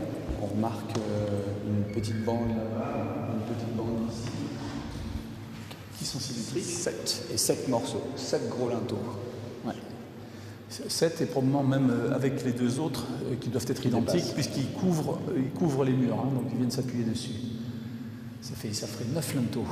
9 linteaux, ça vaudrait le coup de donner une mesure de la longueur des linteaux parce que c'est assez incroyable. Alors, ici, 5 mètres 23. La largeur, je ne sais pas, ils ont été estimés, tout cela, autour de 40 tonnes chaque. Ouais. Quasiment tout le monde est d'accord, tous ceux qui ont vérifié. Alors pour grimper, moi je reste sur l'idée de la cuve de tout à l'heure. Ça n'engage que moi hein, à ce niveau-là, mais je pense que tous ces blocs-là sont montés en même temps que la pyramide. Parce que je ne vois pas décemment comment qu'on pouvait utiliser pour ce qu'on veut. Voilà. Alors c'est du calcaire lutétien. Le calcaire lutétien, je le rappelle, c'est une roche sédimentaire dont le stratotype, c'est-à-dire la roche de référence, se trouve à Lutèce, ancien nom de la ville de Paris. C'est-à-dire que nous avons ici donc une correspondance franco-égyptienne, ou le contraire, et qui nous tient par cette relation entre le calcaire lutétien d'ici et la pierre de Paris, qui est exactement identique. Il y a quelque chose d'autre à ajouter? On peut remonter, on va les voir ailleurs. Alors tiens, tu vas utiliser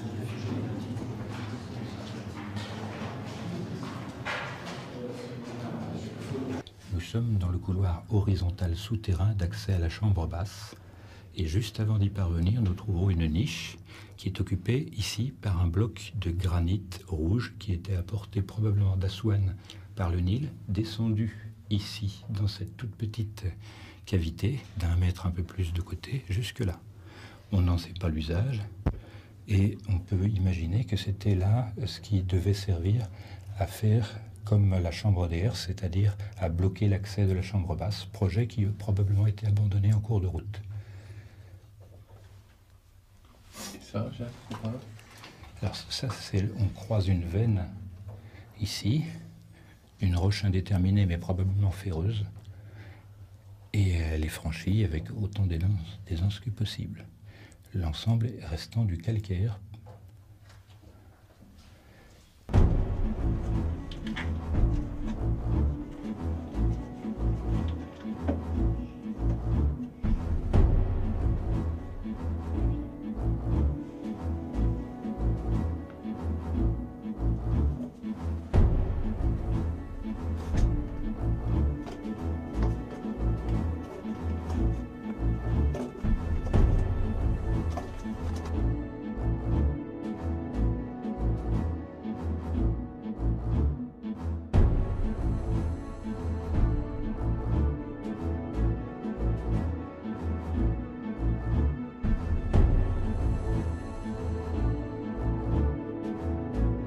Petite pause.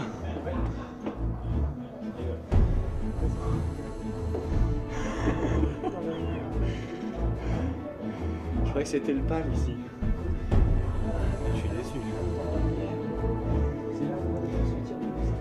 Ouais, j'ai compris.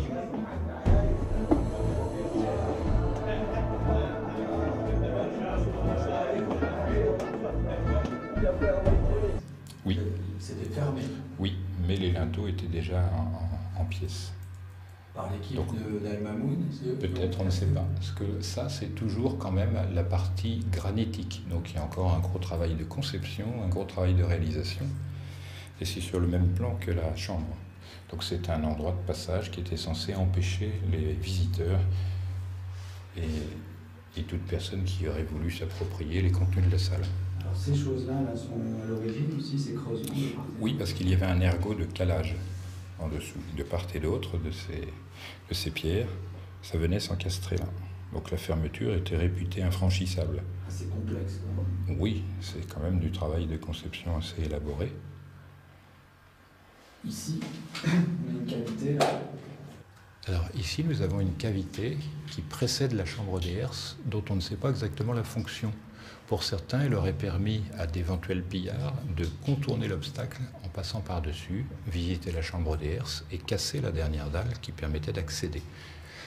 Il y a ici un ergot très particulier, c'est le seul volume courbe dans cette pyramide, qui est constitué uniquement de droite. Alors certains ont interprété ça comme une indication métrologique, c'est-à-dire des dimensions qui seraient utilisées comme un étalon, comme un module, voilà, mais toutes sont choses hypothétiques.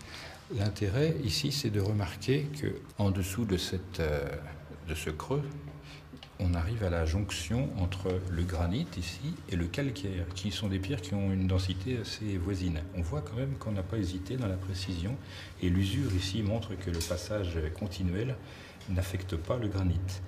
Dans le sens du calcaire, c'est le reste, c'est ce qui entoure la chambre haute et qui permet d'accéder, sur le retour de la chambre haute, à la grande galerie, par laquelle nous allons passer. Ça, ici, on a toujours du granit. Toujours du granit jusqu'à la sortie de la chambre. Nulle part Calcaire, voilà. Nulle part ailleurs dans la Nulle pyramide, part ailleurs. seulement ici. Voilà. Ça s'arrête là. Allons voir la grande galerie. Allons du côté de la grande galerie. Alors là, Fais attention, ne te relève pas. sur la tête. Et puis, on ira plus chercher nos affaires.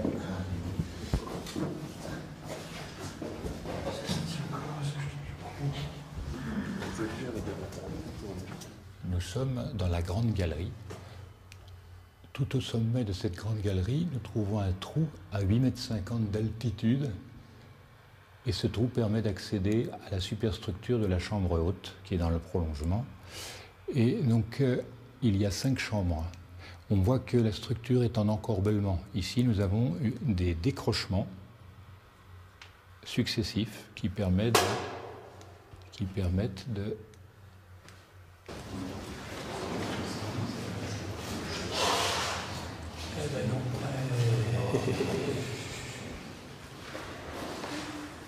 Eh non, ça confirme. Oui, ça confirme, ça confirme en partie, parce que non, ça confirme pas du tout. Mince. Non, c'est une grossière erreur. Enfin, pour ce côté-ci, c'est une grossière erreur. Qu'est-ce que c'est que cette histoire? En fait, à moins que ce soit cette pierre-là. Oui. En fait, on a un chevron qui continue comme ça. Voilà, mais ça peut vouloir dire aussi que le plafond est venu après et qu'on l'a déposé sur là-dessus. On a géré les angles aussi de tous les blocs du haut. Ouais. On a géré les angles pour que le bloc vienne. le chevron descend et dépasse les blocs sur lesquels il est posé. D'accord. C'est une sensation, mais ah oui, mais il y a du béton. C'est difficile à dire. Excusez-moi.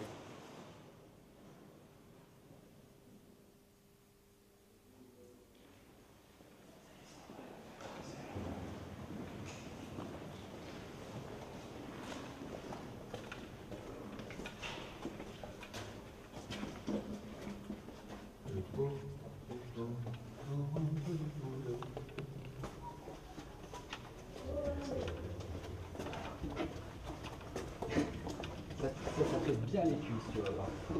Demain matin, attends, quand tu te seras fait la descente de la chambre basse, et dit, alors demain matin, tu vas nous remercier.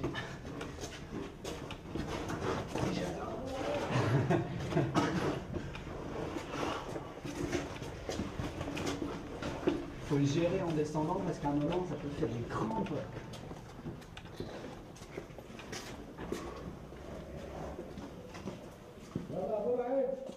Yes? We just come.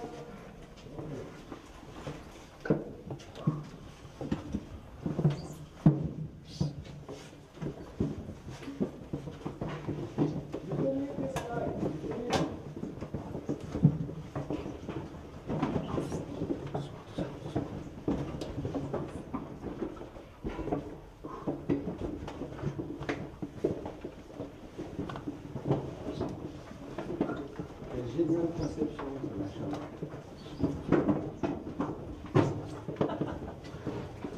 En fait, il faut se mettre debout comme ça et demain glisser. Sinon,